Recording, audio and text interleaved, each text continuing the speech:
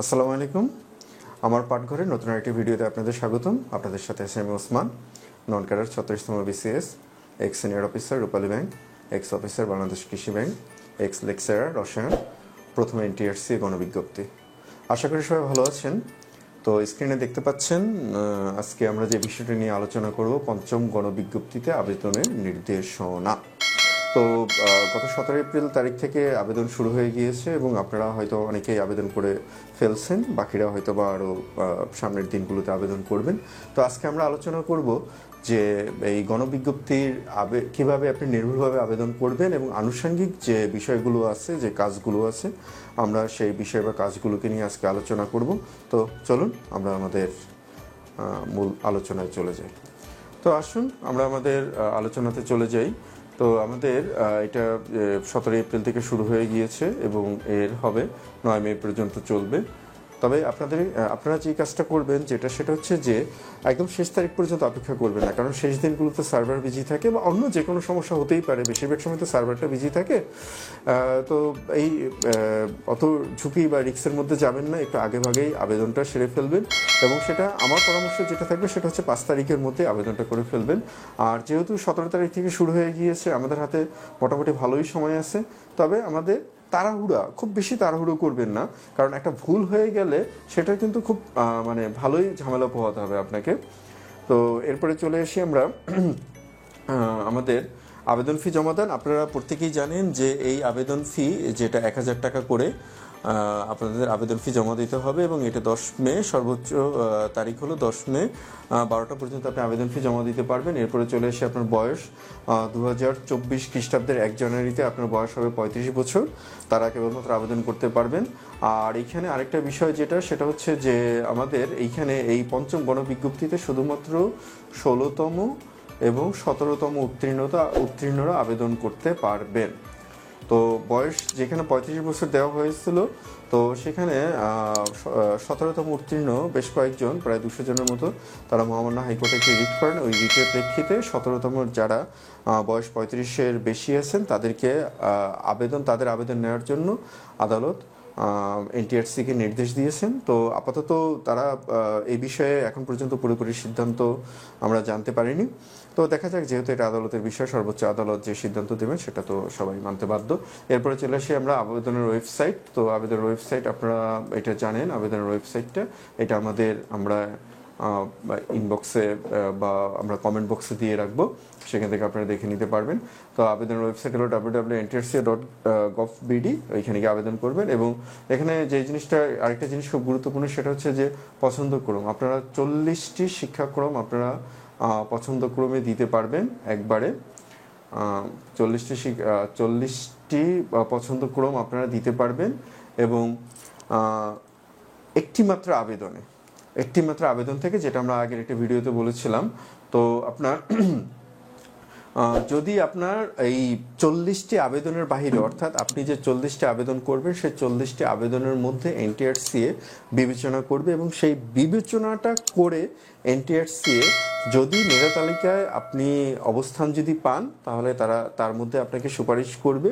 যদি এর বাইরে যদি হয়, সেক্ষেত্রে আপনি আমাদের যে অপশনটা যেটা দেখবেন, আপনি সেই অপশনটাতে, অর্থাৎ আবেদন ফর্মে, সেখানে আপনি আদার একটা অপশন পাবেন। সেই আদার একটা অপশনে আপনি যদি ইয়েস ক্লিক করে রাখেন, তাহলে আপনার ওই 40টি পছন্দক্রমের বাহিরেও বাংলাদেশের মধ্যে যে কোনো প্রতিষ্ঠান থেকে আপনাকে এনটিআরসিএ চাইলে সুপারিশ করতে পারবে। তো আপনারা যাদের রেজাল্ট বা যাদের মেধাক্রম একটু পেছনের দিকে, তাদের জন্য পরামর্শ থাকবে আপনারা অবশ্যই এই আদার অপশনটা দিয়ে রাখবেন, কারণ একটি চাকরি খুব গুরুত্বপূর্ণ। হোক না একটু বাড়ি থেকে দূরে, হোক না একটু যেতে কষ্ট হবে। অনেকেই দেখে, যেমন আমার বাবা নিজেই চাকরি করছিলেন অনেক দূরে, এবং আমি যখন প্রথম ব্যাংকে এসেছিলাম তখন আমাকে দূরে দূরে চাকরি করতে হয়েছে। আমি মনপুরাতে চাকরি করে এসেছি, দূরে দূরে চাকরি করতে হয়েছে। তো এটা কিছুই না, একটা চাকরি আমাদের কাছে খুব গুরুত্বপূর্ণ। তো এরপরে চলে আসি আমরা, আপনাকে যে সতর্কতাটা মানতে হবে সেটা হচ্ছে যে আপনি যখন, এই যে বললাম যে আপনি আবেদনটা যখন করবেন, এই আবেদনটা কিন্তু খুব খুব খুব গুরুত্বপূর্ণ আপনার জন্য, খুবই গুরুত্বপূর্ণ। আবেদনটা। এই আবেদন প্রক্রিয়াটির জন্য আমাদের সাধারণ প্রবণতা যেটা থাকে যে আমরা কোনো একটা দোকানে দিয়ে দেই, সেই ভদ্রলোক তার মতো তিনি করে নেন, কম্পিউটার ম্যান বা দোকানের ভদ্রলোক তার মতো করে নেন। তবে আপনারা যে কাজটা করবেন এটা খুব খুব গুরুত্বপূর্ণ। তো সুতরাং আপনারা দোকানদারের ভরসায় থাকবেন না, আপনারা নিজেরা একটু কাছে বসে দেখে তারপরে আবেদনটাকে ফাইনালি সাবমিট করবেন। আমি এখানে আরেকটা গুরুত্বপূর্ণ বিষয় হলো যে আপনি যতক্ষণ পর্যন্ত না আবেদন ফাইনালি সাবমিট করবেন ততক্ষণ পর্যন্ত, অর্থাৎ তার আগ পর্যন্ত আপনি এই আবেদনকে এডিট বা সম্পাদনা করতে পারবেন। যদি আবেদন একবার ফাইনালি সাবমিট হয়ে যায় তাহলে কিন্তু আপনি আর এডিট করতে পারবেন না। এবং এই যে আপনার পছন্দক্রম, যেটা আপনার জন্য খুব গুরুত্বপূর্ণ, আপনি খুব চিন্তা ভাবনা করে একদিনে ফর্মটা সাবমিট করে দেওয়ার দরকার নেই। আপনি যে আবেদনক্রমটা দিয়েছেন সেই আবেদনক্রমটার একটা কপি ওই যে দোকান ওনার কাছ থেকে একটা কপি বাসায় নিয়ে যান, প্রিন্ট কপি। বাসায় গিয়ে আপনি ভালোভাবে দেখেন, কারণ একবার যদি আপনি নিয়োগ পেয়ে যান, যেহেতু এগুলোতে বদলি নেই, এই চাকরিতে বদলি নেই, হয়তোবা বদলি চালু হবে তবে সেটা সীমিত পরিসরে, তো বরঞ্চ তার থেকে আপনি শুরুতে যে আপনার যে সুযোগ আছে, আপনি আপনার কাছাকাছি বা আপনার যে পছন্দের যে প্রতিষ্ঠানগুলো আছে সেই প্রতিষ্ঠানগুলোতে আপনি নিয়োগ পেতে চাইলে সেক্ষেত্রে আপনি একটু পছন্দক্রমটাকে দেখে নেবেন বাসায় গিয়ে, তারপরে আপনি ফাইনাল করবেন। আমরা যেটা বলছিলাম সেই কথাগুলো এখানে বলা আছে যে এটা এনটিআরসি বলে দিয়েছে তাদের নামের বানান সহ বাকি সব কিছু আপনি আপনার নিজ দায়িত্ব, অর্থাৎ কম্পিউটার ম্যানকে গিয়ে যে দোকানদারকে গিয়ে যদি বলবেন যে ভাই তুমি এটা করছো কেন, দোকানদার সিম্পলি এসে উত্তর দেবে ভাই ভুল হয়ে গিয়েছে। কিন্তু সেই ভুলটা আপনার জন্য বিশাল প্যারাদায়ক হয়ে যাবে। তো এরপরে চলে আসি আমরা, এখানে বলে দেওয়া হয়েছে সহকারী শিক্ষক ধর্ম এবং নৈতিক শিক্ষা পদে চাকরির প্রত্যাশী আবেদনকারীকে অবশ্যই সেই ধর্মের অনুসারী হতে হবে।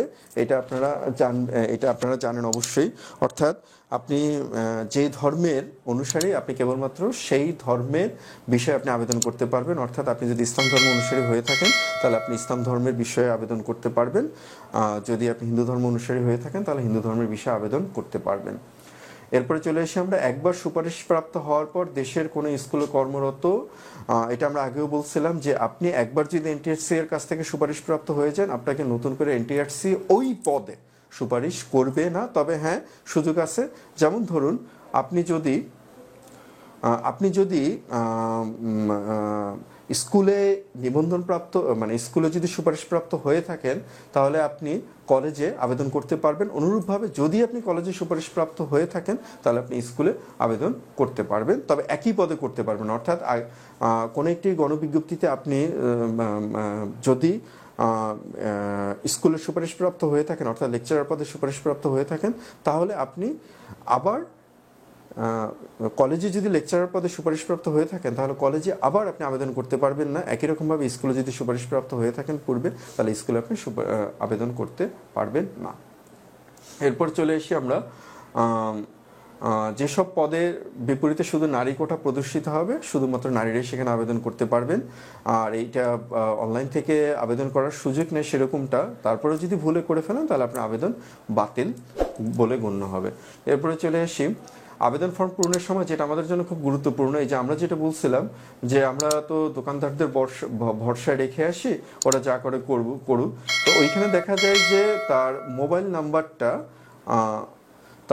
নাম্বার আপনার এমন একটা মোবাইল নাম্বার দেবেন যে মোবাইল নাম্বারটা আপনার সচল বা আপনার কাছে সবসময় থাকে, কারণ এখান থেকে বিভিন্ন সময় এনটিআরসি আপনাকে মেসেজ পাঠাবে বা এনটিআরসি আপনার সাথে যোগাযোগ করবে এই মোবাইলের মাধ্যমে। আপনি যদি নির্বাচিত হন এবং ভবিষ্যতে আপনার যে কাজগুলো আছে সেই কাজগুলো এই মোবাইল নাম্বারের মাধ্যমে হবে। এরপর আরেকটা জিনিস যেটা সবচেয়ে গুরুত্বপূর্ণ, আমরা অনেক সময় এটাকে অবহেলা করি, সেটা হচ্ছে একটি ইমেল নাম্বার দেওয়া। তো আমাদের সাধারণত অনেকেরই ইমেল নাম্বার থাকে না, সেক্ষেত্রে দোকানদার করেন কি তিনি নিজে তার একটা ইমেল নাম্বার দিয়ে রাখেন অথবা কোনো একটা ইমেল নাম্বার দিয়ে রাখে যেটার হদিশ শেষ পর্যন্ত আপনার কাছে থাকে না। কিন্তু এনটিআরসি এবার তারা যে বিজ্ঞপ্তিটা জারি করেছে সেখানে তারা বলে দিয়েছে যে পুলিশ ভেরিফিকেশন ফর্ম অর্থাৎ ভিআর ফর্ম, এই ভিআর ফর্মের ইউজার আইডি এবং পাসওয়ার্ড সেটি আপনার মেইলে পাঠিয়ে দেওয়া হবে। তো সুতরাং এবং মেইল আরও অনেক কাজেই লাগবে আপনার। তো সুতরাং আপনি যদি আপনার ইতিমধ্যে একটি মেইল আইডি খোলা থেকে না থাকে তাহলে একটা মেইল আইডি খুলে নেবেন, এটা কঠিন কোনো কাজ না। আর প্রায় সবারই মেইল আইডি আছে, আর যাদের মেইল আইডি আছে আপনি ওই মেইল আইডিটা সচল কিনা, ওইটির আইডি এবং পাসওয়ার্ড আপনার মনে আছে কিনা সেটা আপনি একটু চেক করে নেবেন।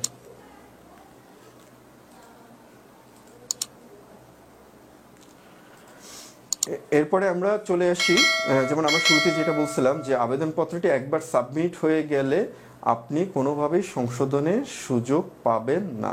তো সুতরাং আমরা যেটা বলছিলাম, আপনি আবেদনটি প্রাথমিকভাবে করে আপনি সেই আবেদনটির একটি কপি নিয়ে আসুন। কপি নিয়ে এসে আপনি আপনার বাসায় বসে দেখুন যে কোথাও ভুল আছে কিনা। ভুল থাকলে সেটাকে সংশোধন করার সুযোগ আছে এবং সংশোধন করে ফেলতে পারবেন। কিন্তু যদি ভুল সাবমিট করে ফেলেন তো সেক্ষেত্রে আপনি ওইটাকে সংশোধন করার সুযোগ পাবেন না এবং খুব ভালোই আপনাকে প্যারা পোহাতে হবে।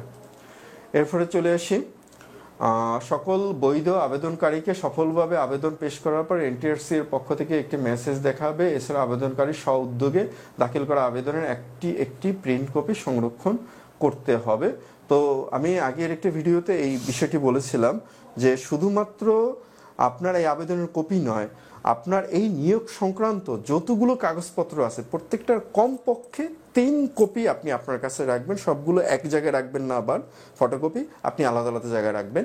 আপনার প্রত্যেকটা জায়গাতে আপনি যখন সুপারিশপ্রাপ্ত হবেন তখন আপনার এমপিওভুক্ত, পরবর্তীতে আপনার উচ্চতর স্কেল, প্রত্যেকটা জায়গায় আপনার রিটায়ারমেন্ট, প্রত্যেকটা জায়গাতে আপনার এই পেপারসগুলো লাগবে।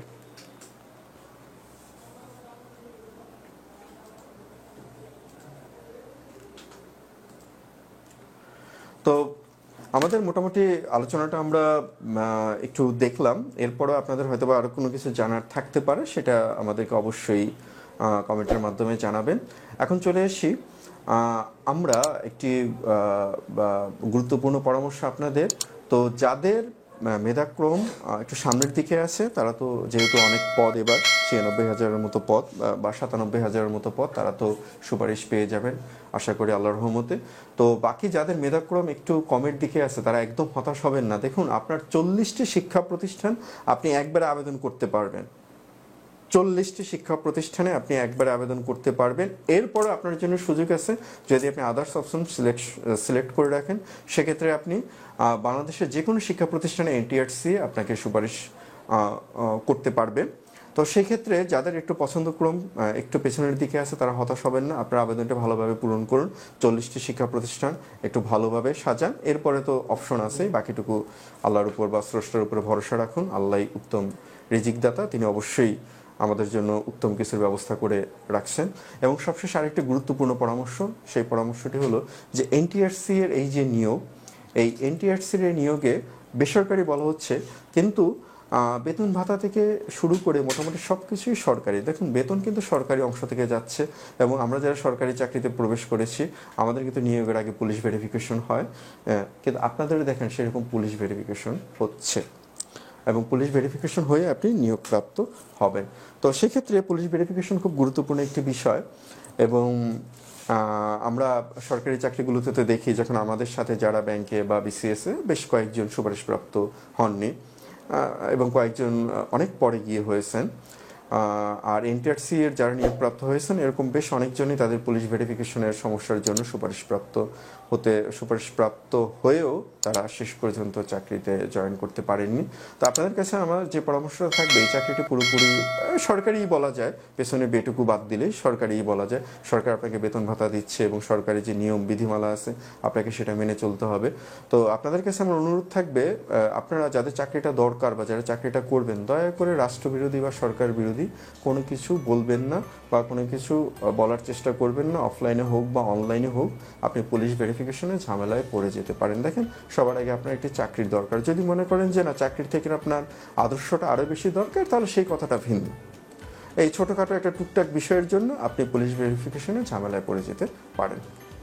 তো মোটামুটি এই ছিল আমাদের আলোচনা।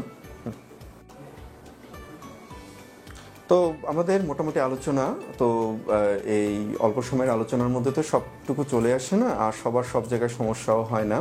তো যাই হোক, এরপরে আপনাদের কোনো কিছু জানার থাকলে সেটা অবশ্যই আমাদেরকে জানাবেন, আমরা উত্তর দেওয়ার চেষ্টা করব।